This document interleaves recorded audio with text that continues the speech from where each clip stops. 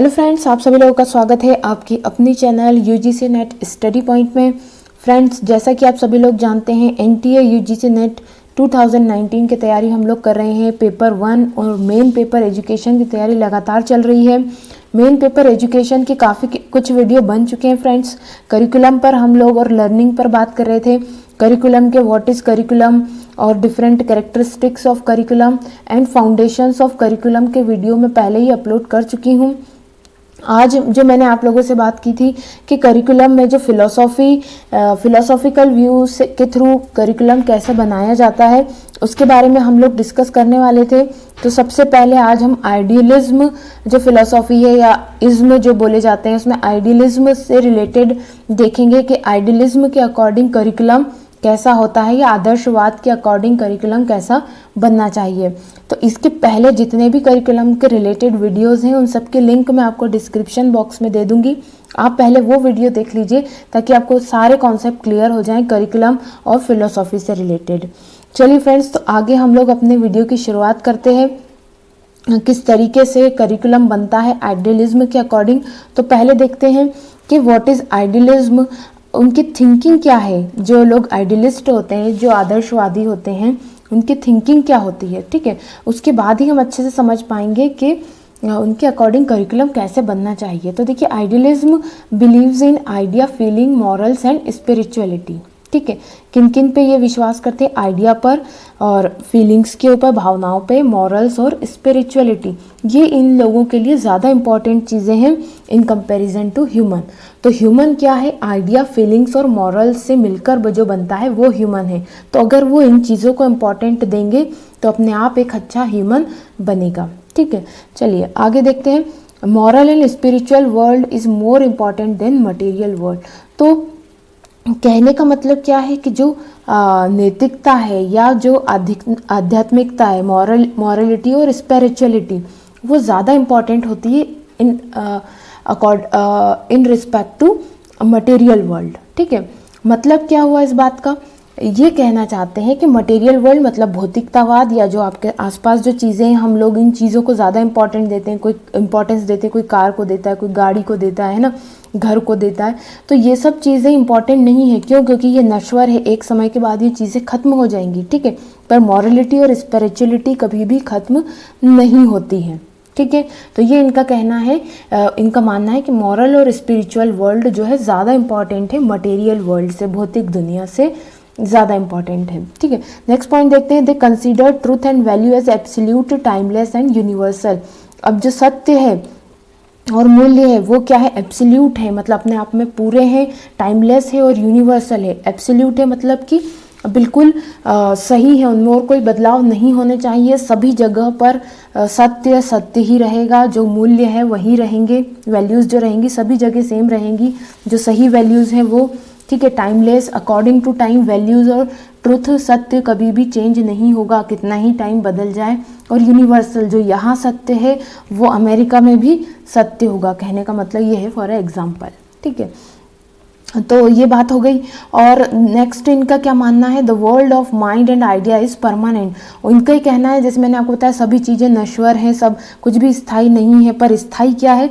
Mind, और mind में रहने वाले आइडिया हमेशा परमानेंट रहते हैं, वर्ल्ड में हमेशा बने हुए रहेंगे, ठीक है। तो ये मानना है आइडियलिज्म का। आइडियलिस्ट लोग इन चीज़ों को फॉलो करते हैं। मतलब कि अगर वो करिकुलम बनाएंगे तो या पाठ्यक्रम बनाएंगे तो ऐसे सब्जेक्ट्स को, ऐसे टॉपिक को अपने करिकुलम में जगह देंगे या ऐसे एक्टिविटीज़ को जगह देंगे अपने करिकुलम में जिससे ये सारी चीज़ें इनकलकेट हो, मतलब आइडिया डेवलप हो, फीलिंग डेवलप हो, मॉरल्स डेवलप हो बच्चे में और स्पिरिचुअलिटी डेवलप हो, ठीक है। तो ये मेन कुछ पॉइंट हो गए, ठीक है। चलिए आगे बढ़ते हैं, देखते हैं। होप आप लोगों को पसंद आ रहा होगा video.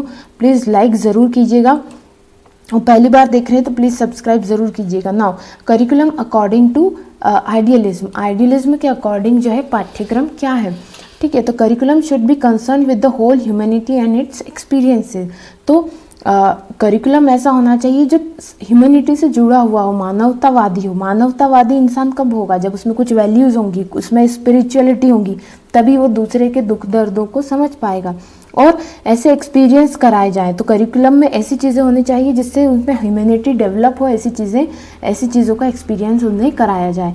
They do not support acquisition of facts from various discipline. तो करिकुलम अकॉर्डिंग टू आइडियलिज्म ये नहीं कहता है कि बस आप फैक्ट्स को याद कर लो, रट लो, जैसे कि साइंस में होता है। अगर सामान्य हम बात करें कि कार्बन का सिंबल क्या है या 2 × 2 इज़ 4, ऐसी चीज़ें फैक्ट एक्विजिशन की बात नहीं करता है ओनली, पर बात क्या करता है ये, it learning should be based on broad idea, एक बड़े कॉन्सेप्ट और विचार के ऊपर जो है लर्निंग होनी चाहिए। अगर आप फैक्ट को एक्वायर भी कर रहे हैं तो अल्टीमेटली वो हेल्प करना चाहिए किन चीज़ों में, आपके कॉन्सेप्ट डेवलपमेंट में। सिर्फ याद कर लेना और समझना नहीं और उसको अप्लाई न कर पाना, ये इस चीज़ को आइडियलिज्म का करिकुलम सपोर्ट नहीं करता है। ठीक है, चलिए आगे बढ़ते हैं हम। और क्या कहता है, knowledge of spiritual and natural environment should be included in the curriculum. तो नॉलेज ऑफ स्पिरिचुअलिटी आनी चाहिए और नेचुरल इन्वायरमेंट की जानकारी मिलनी चाहिए करिकुलम के थ्रू। तो ऐसे सब्जेक्ट्स जो है इंक्लूड किए जाने चाहिए करिकुलम में जिससे स्पिरिचुअलिटी और नेचुरल इन्वायरमेंट के बारे में नॉलेज मिले।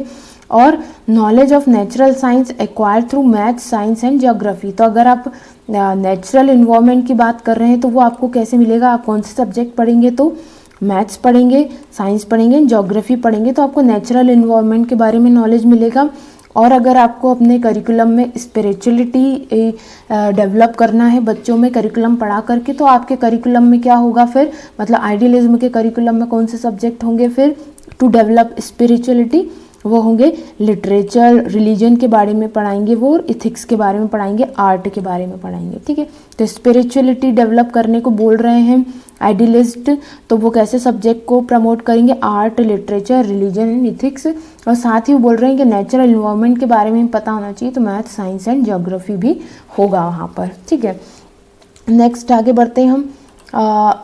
अब देखिए दो फेमस जो है आइडियलिस्ट या इसको फॉलो, इनके रूल्स को फॉलो करने वाले जो फेमस लोग हैं, उनके दो लोगों के बारे में हम बात करेंगे यहाँ।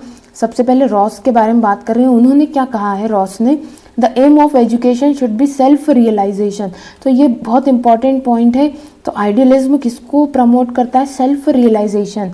ठीक है, वो सेल्फ रियलाइजेशन है कि एक्चुअली में मेकिंग एक्चुअल और real of highest potentiality of the self, अपने खुद के बारे में हाईएस्ट पोटेंशियलिटी, अपने बारे में जानना, और हाईएस्ट पोटेंशियलिटी मतलब आप जितना अच्छा कर सकते हैं अपनी क्षमता में उतना अच्छा करना, यही क्या कहलाता है, सेल्फ रियलाइजेशन कहलाता है। तो रॉस के अकॉर्डिंग करिकुलम ऐसा होना चाहिए कि बच्चा अपने आप को सेल्फ रियलाइज कर पाए, मैं क्या हूँ, मैं क्या कर सकता हूँ। ठीक है, क्योंकि अगर बच्चा ये समझ जाएगा कि उसकी क्या खासियत है तो वो उस क्षेत्र में अच्छा कर सकता है।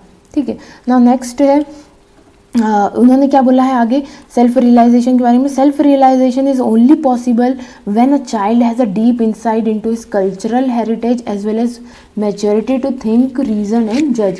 तो कब बच्चे को सेल्फ रियलाइजेशन कब पॉसिबल है, वो अपने बारे में आत्मबोध उसको कब हो पाएगा, जब बच्चे में एक डीप इंसाइट हो, मतलब कि सोचने की क्षमता हो, नॉलेज हो किसके बारे में, उसके कल्चरल हेरिटेज के बारे में, और बच्चा इतना मैच्योर हो कि वो सोच सके, रीज़न निकाल सके कि ऐसा क्यों हो रहा है, क्यों नहीं हो रहा है, और किसी भी चीज़ को अच्छे से जज कर सके, तभी वो बच्चा सेल्फ रियलाइजेशन को क्या बोल सकते हैं, प्राप्त कर सकता है। ठीक है, और अब रॉस ने ये बोला कि सेल्फ रियलाइजेशन ज़रूरी है। According to idealism self realization ज़रूरी है, मतलब कि आपको आपके करिकुलम में, आपके पाठ्यक्रम में ऐसे सब्जेक्ट डालने हैं जिससे सेल्फ रियलाइजेशन हो।